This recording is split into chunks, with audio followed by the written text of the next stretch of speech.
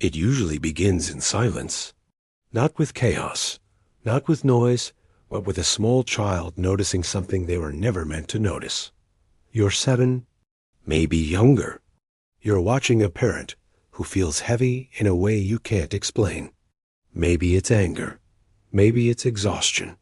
Maybe it is that empty gaze adults carry when they re-fighting battles they never speak about.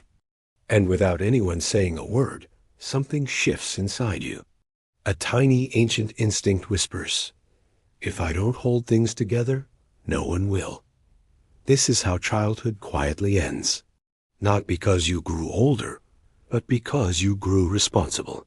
You laugh a little louder, cry a little less, and learn to sense the emotional weather of the room before you even enter it. You become the steady one, the calm one, the mature for your age one, and the world praises you for it. You're so strong, you're so responsible, but no one ever asks, what did it cost you? This is the unseen grief of growing up too fast. And even though the years pass, the patterns stay. They shape the way you love, the way you work, the way you value yourself. Psychologists have a word for this reversal of roles, parentification, when a child becomes the caretaker instead of being cared for. It isn't just difficult, it rewires you. You become hypervigilant, always scanning for emotional changes. You walk carefully, speak softly, carry the weight of unspoken expectations. Love becomes something you earn instead of something you receive. Your needs become the problem. Their needs become the priority. And so slowly, quietly, you disappear behind the version of yourself that everyone else needs.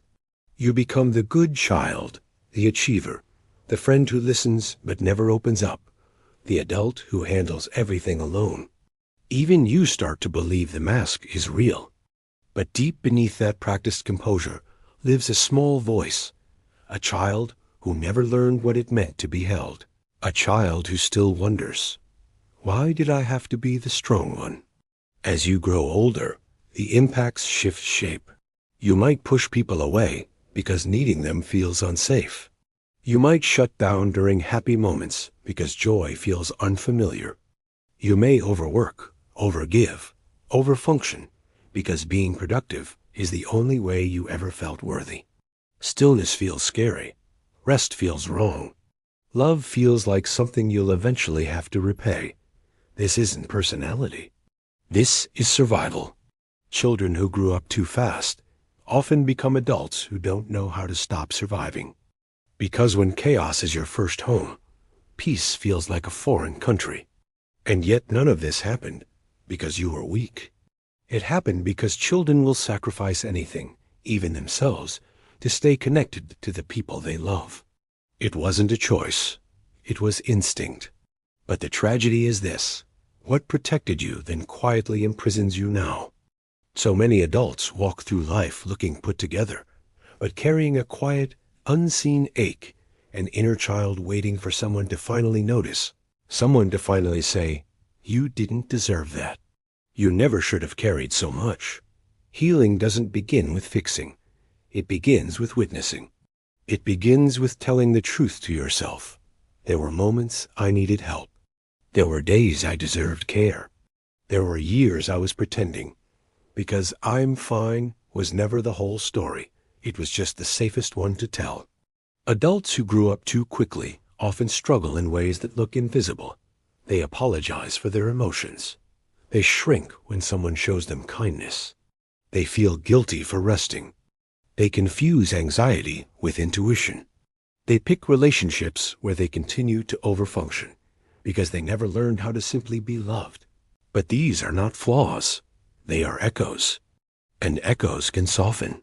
One of the gentlest steps you can take is asking your younger self, what did you need back then that you never received? Maybe you needed someone to say it wasn't your fault. Maybe you needed space to cry without being punished. Maybe you needed safety, not silence. As you grow older, you can slowly begin offering yourself those things.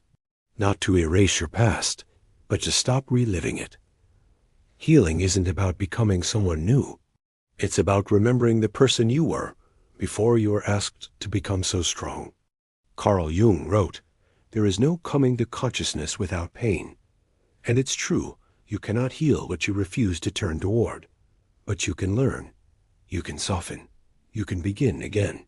If you grew up too fast, hear this gently. Your strength was never the problem. The problem was that you had no alternative. But now you do. You can choose rest. You can choose boundaries. You can choose to stop carrying the emotional weight of everyone around you. You can choose to listen to the child inside you who never got to be a child at all. Some days you will feel young again, tender again, fragile again. Good. That means the child who is exiled is finally coming home. Let them. Let them cry.